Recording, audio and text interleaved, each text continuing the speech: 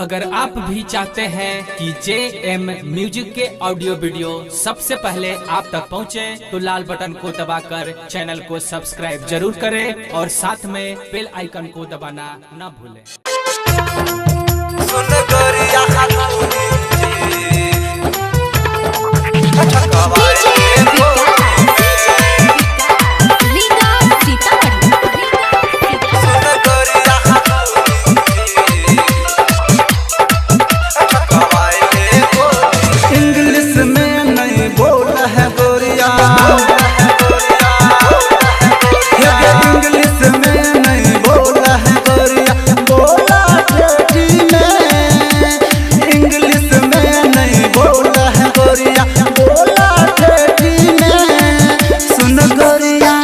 सुन गोरिया तू इंची ठकवाइले कोठी में, सुन गोरिया तू इंची ठकवाइले कोठी में। हे इंग्लिश में तो नहीं बोला ठेठी में, इंग्लिश में तो नहीं बोला ठेठी में।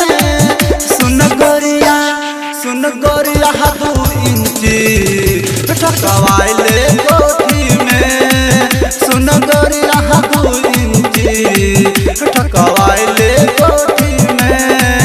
हे इंग्लिश में तो नहीं बोला, सुन गोरिया ठकवाइले कोठी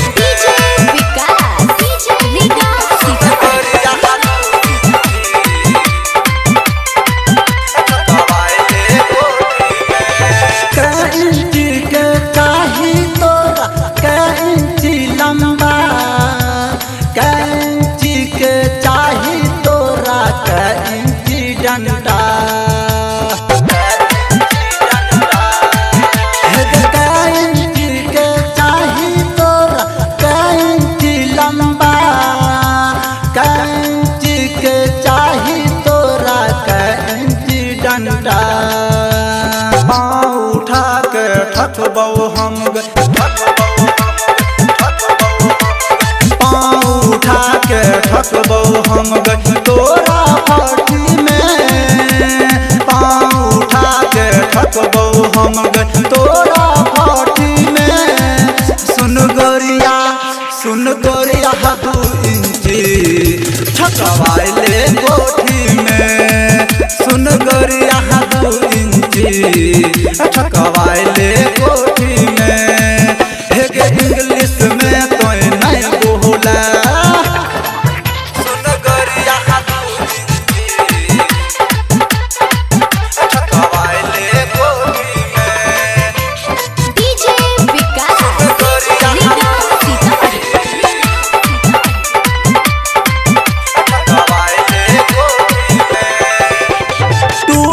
फाटल छाव तोहर खटिया टूटल घर के गे, 2 इंची के कांटी लाके की करवायब से, टूटल फाटल छाव तोहर खटिया टूटल घर के गेट, 2 इंची के कांटी लाके की करवायब से। जत कांटी लागत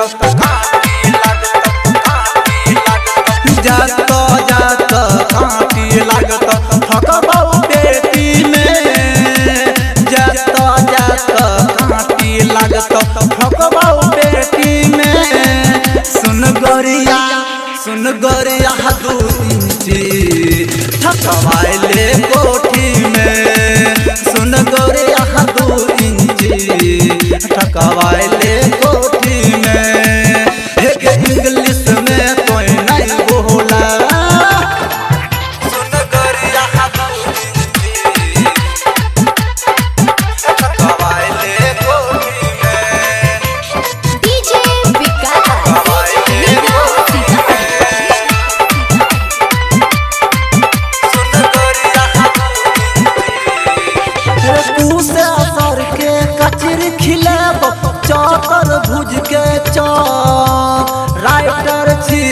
पप्पू परदेसी गावे हम दीवाना, गावे हम दीवाना। जगे पूसे सर के कचर खिलेब चौतर भुज के चौप। राइटर छिए बलराम परदेसी गावे हम दीवाना। बीच बाजार में चुम्मा लेबो,